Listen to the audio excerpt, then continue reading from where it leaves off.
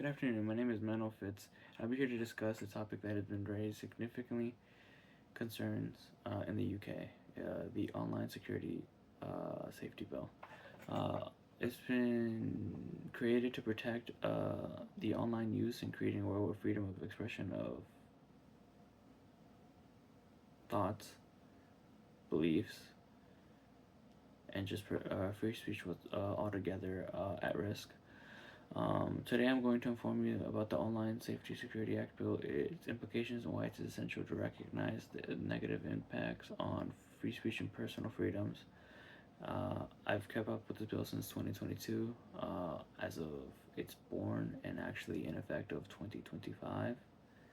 Um, I'll be referencing legal experts and real life cases, and individuals who face severe penalties and crimes and sentences or online ridicule from the general public to the fact of how severe minor incidents can be shown or punished to the said individual that are caught violating the bill. Um, it was initially marked as a solution for online harm, but a lot of people silently have been able to talk about it and don't actually necessarily agree with that. The online safety bill was introduced as a response to online abuse, hate speech, and harmful content, whether it can range from um, human trafficking, violent acts, um, people recording crimes. That's one of the few ones that I actually really enjoy. Is like the fact that it was a way for people to police, catch evidence for it to be used in court cases all across the UK, as crimes have significantly been on the rise on trend over the past 4 years. Um, so, um, as stated by legal expert Dr. Emily Thompson, the broad definition in the UK online security bill are concerning because they allow for the censorship of content that may not be truly be harmful, but is instead controversial, politically sensitive. So the reason why I kept up with the bill was the fact that in the US a lot of people like to complain about that our freedom of speech can sometimes be very harmful to other people, but in reality it's a good way to bring people together and not necessarily alienate or isolate a lot of beliefs. And the belief that if I come to you and we have different opinions, at the end of the day, we can sit down and talk about how we feel about said subjects. There's a lot of things that I don't disagree with or that I agree with the current administration, but I can also say the same thing for the previous one. Um, let's see.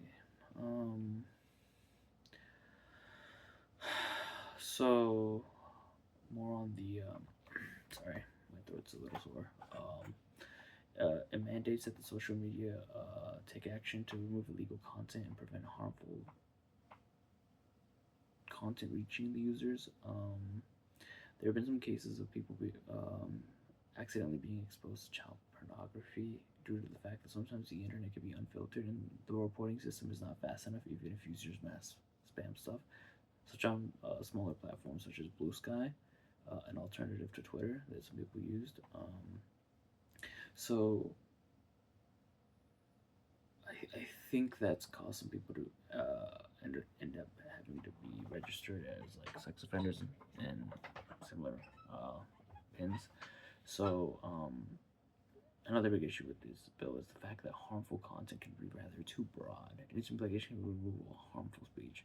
Social media platforms may be forced to censor content that doesn't necessarily make the content illegal, but can be defined as harmful or offensive under the bill's provisions, um, which can cause a lot of issues with like misleading people with like certain beliefs, certain ideas, or just not being educated. Which, sadly enough, people shouldn't be punished for being uneducated in certain topics, or just personally disagreeing with somebody publicly, or just online. Um, Beyond censorship, there's also individuals who face criminal charges for minor infractions. The bill has led to instances where people are jailed for small online infractions that may have warranted legal action in the past, or that wouldn't, such as like if I were to text you, it's like, hey, I don't like your political candidate, and maybe you should just like stop running, like he's really bad at what he does, and like kind of like not defame or literally give any sort of fact and just be like, I don't like that guy. I could probably end up in jail from upwards to I want to say 6 months to 3 years. According to a report from the UK Parliament, many individuals have already faced legal actions under similar internet regulation laws for minor non-harmful posts. I'm quoting the Parliament.uk for the online safety bill. Yeah, so that's been a big reason why I'm against it.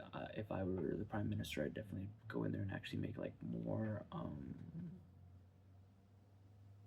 add verbiage and stuff to actually make things instead of it being broad, it's more condensed, and it's like, oh, if you commit this infraction, it's like, are they doing this? Are they directly targeting? Are they like purposely doing it? Like if someone was like, hey, can you please stop? Or like, just create that buffer zone.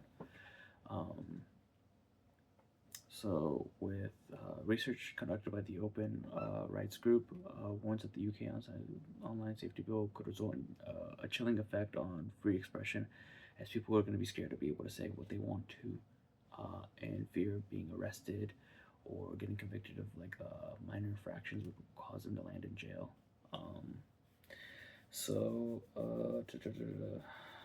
And the online safety bill has also caused a lot of fear of people afraid of government overreach, as it literally is just legal censorship, and people facing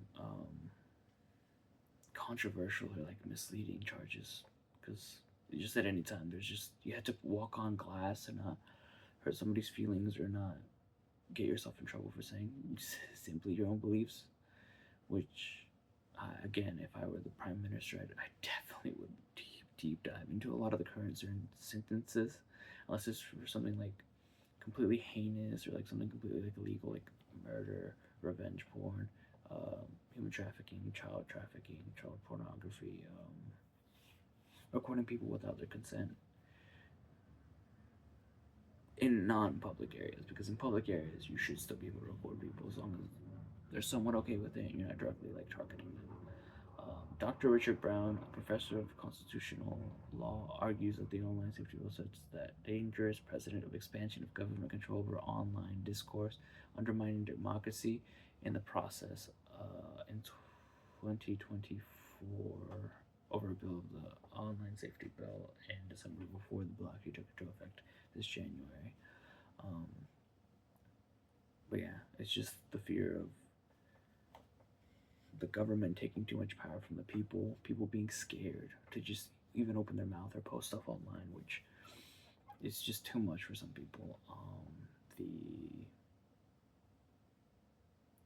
The worst thing that I could just see is just the chilling effect of just people just not talking, and that can cause a lot of issues, like people suffering in silence when they could have voiced their opinions and not be scared of just looking for that change or that drive. Well, I hope that persuades you to perhaps look into this law yourself and potentially be on my side of beliefs towards this bill. But if you know anybody who's directly affected by this, I would like to know how it actually does affect them, because the way that it's seen from an outsider looking in, it doesn't look like a good bill, in theory. And I've seen a lot of